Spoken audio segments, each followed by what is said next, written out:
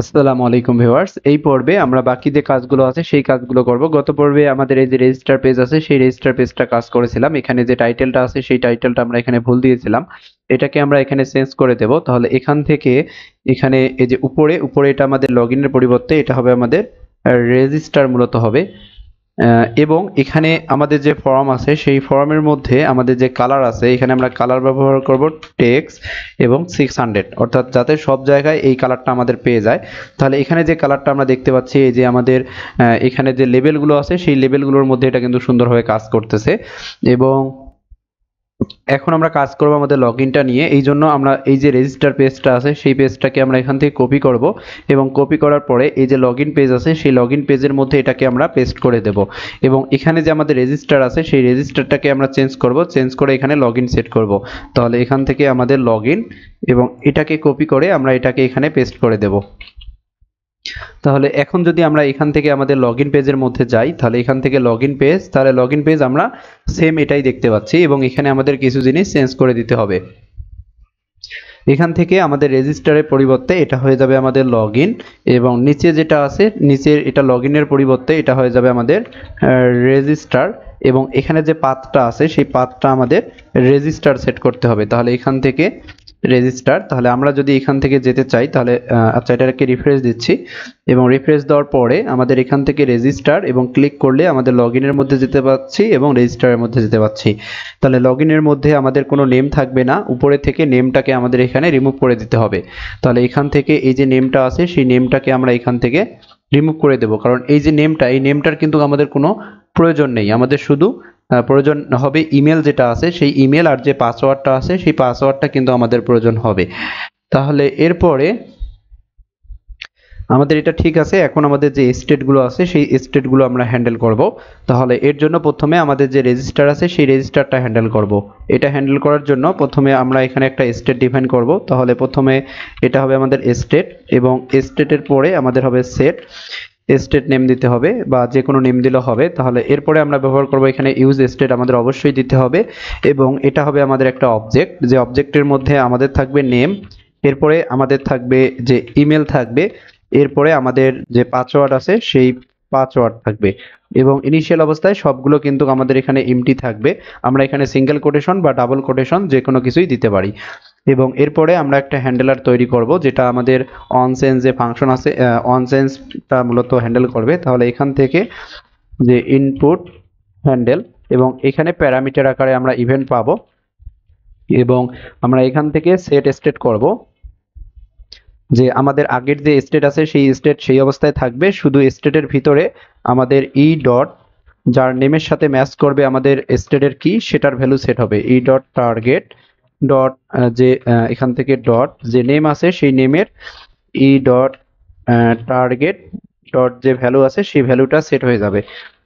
এরপরে আমরা এখানে কনস্ট তাহলে ইউজার লগ ইন বা এখান থেকে দিয়ে দিচ্ছি যে লগ ইন। তাহলে আমাদের যেহেতু এখানে যে কেস সেন্সিটিভ যেহেতু, তাহলে জাভাস্ক্রিপ্ট যেহেতু কেস সেন্সিটিভ এই জন্য আমাদের আচ্ছা এটা লগ ইন না, এটা মূলত রেজিস্টার।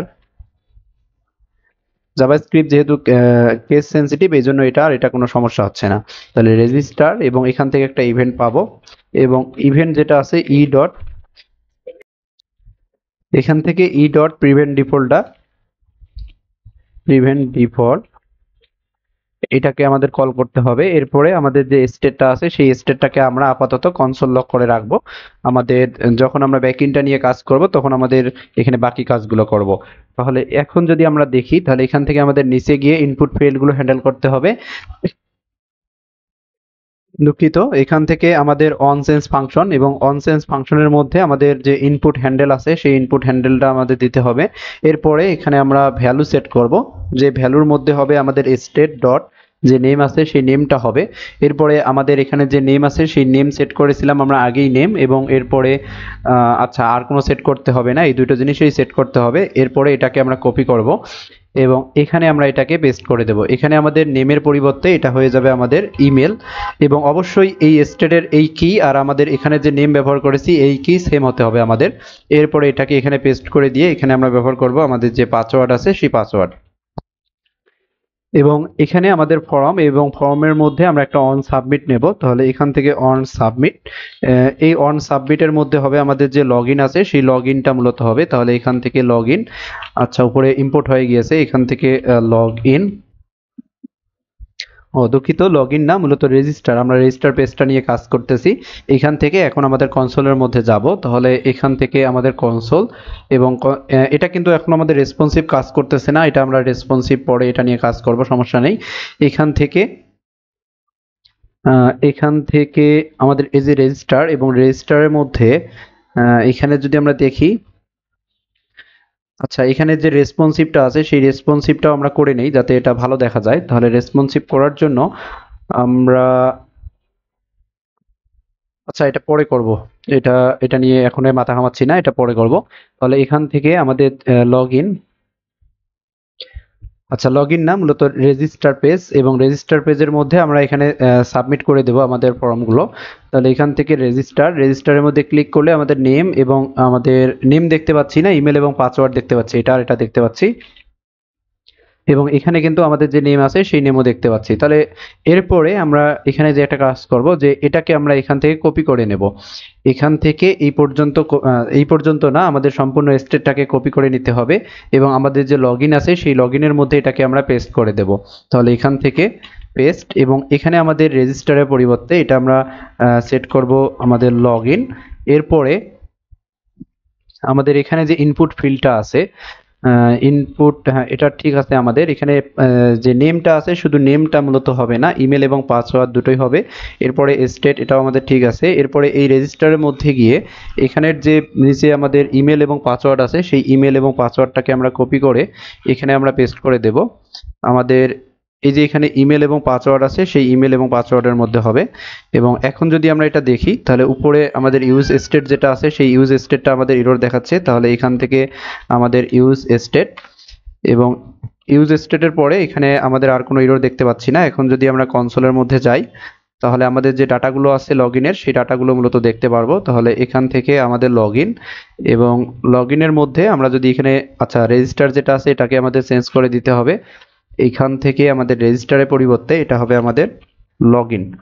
এবং এখন যদি আমরা এখানে ক্লিক করি, এটাকে রিফ্রেশ দিচ্ছি, এবং এখান থেকে আমাদের কনসোল, এবং এখন, আচ্ছা আমাদের যে লগইন, আচ্ছা এখানে আমাদের অন্যটা চেঞ্জ করেছি, এটা আমাদের ঠিক আছে, রেজিস্টার আমাদের চেঞ্জ করতে হবে, উপরের রেজিস্টারটা চেঞ্জ করতে হবে। তাহলে এখান থেকে আমাদের লগইন, এবং এই বাটনের মধ্যে যদি আমরা এখন ক্লিক করি, আচ্ছা ক্লিক করার পরে এখানে আমাদের এটা কাজ করতেছে না, মূলত আমাদের এইটা ব্যবহার করতে হবে। তাহলে অন সাবমিট, এবং অন সাবমিটের মধ্যে আমাদের হবে লগ ইন। এটাকে আবার রিফ্রেশ দিচ্ছি। তাহলে এখন যদি আমরা এটাকে সাবমিট করি, তাহলে সাবমিট করলে আমাদের যে ইমেল এবং পাসওয়ার্ড আছে সেটা আমরা দেখতে পাচ্ছি। তাহলে আমাদের এই পর্ব এই পর্যন্ত, ইনশাল্লাহ আমরা পরের পর্বতে যে বাকি কাজগুলো আছে সেই কাজগুলো করব।